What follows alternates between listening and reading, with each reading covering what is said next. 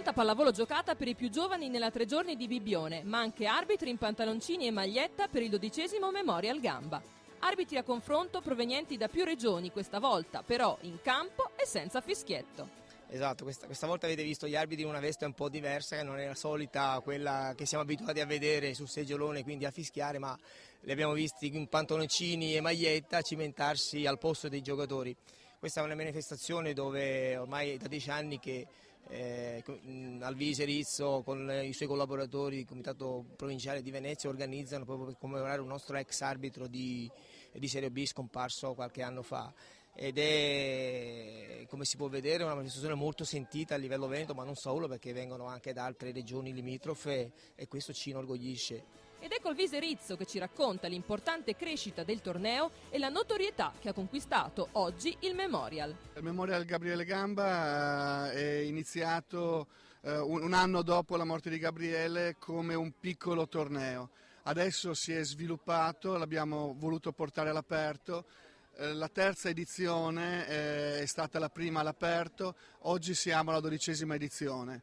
La terza edizione, quella all'aperto, vedeva una partecipazione di 40 persone con solo 6 squadre, l'anno scorso 150 persone e 10 squadre, quest'anno siamo arrivati a 14 squadre e 210 presenze. A vincere il Memorial Gamba è stata la compagine di Trieste nella finale con Ferrara.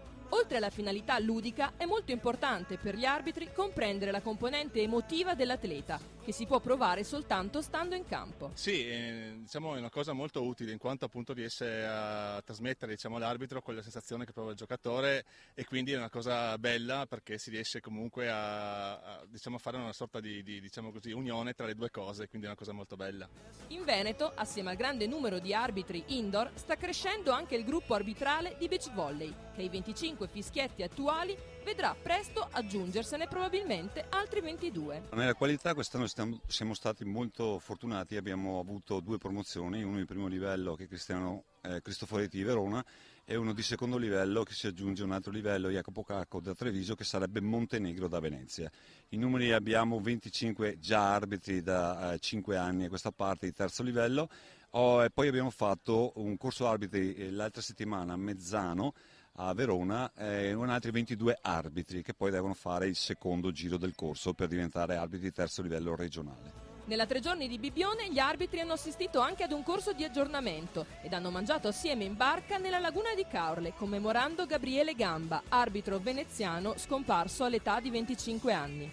Gabriele Gamba era un giovanissimo arbitro del nostro comitato, un arbitro di Chioggia, un arbitro che si impegnava tantissimo nell'arbitraggio, ci teneva tantissimo, era arrivato al livello nazionale, aveva non solo guadagnato la promozione nazionale ma addirittura la promozione in Serie B, quando purtroppo a un mese da compiere i 25 anni è stato vittima di un pirata della strada.